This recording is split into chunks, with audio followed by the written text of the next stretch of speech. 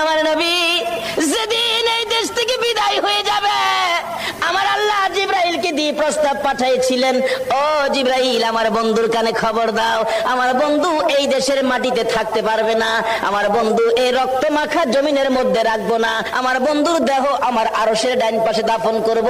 জিবরাইল খবর নিয়ে ডাকতেছেন, হুজুর আল্লাহর সালাম গ্রহণ করুন। আমি জিবরাইলের সালাম গ্রহণ করুন।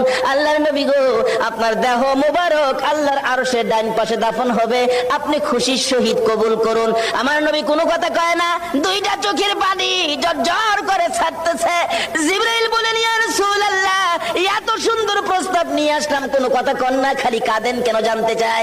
আমার নবী বলেন, জিবরাইল রে, তোমার জন্য খুশির খবর হতে পারে, আমি খুশি হতে পারলাম না। কেন পারলেন না? রে জিবরাইল, আমার দাফন আল্লাহর আরশের ডান পাশে হবে, আমি জানতে চাই আমার গুনাহগার উম্মতের দাফন কই হবে রে? জিবরাইল বলেন, আপনার উম্মতের দাফন এই জমিনের মধ্যে হবে। আমার নবীর কান্না আরো বেড়ে গেছে। জিবরাইল, না না, সইতে পারি না, আমি আর সে থাকবো আর আমার উম্মতেরা এই জমিনে থাকবে। আমার মন মানে না, প্রস্তাব আমি রাখবো না। আমার পক্ষ থেকে একটা প্রস্তাব আমার প্রভুর দরবারে তুলে ধরো। জিবরাইল রে, আমার গুনাহগার এতিম উম্মতেরা যেই জমিনে থাকবে, আমি নবী আর সে যাব না রে, আমি আমার গুনাহগার উম্মতের পাশে সেই জমিনের মধ্যে শুয়ে থাকবো।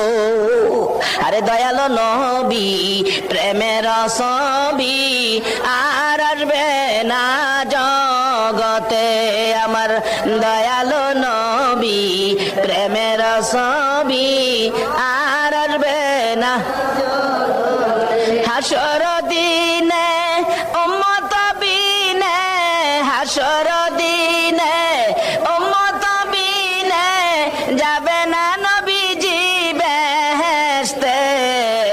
দয়ালো নবী, প্রেমের ছবি আর আসবে না।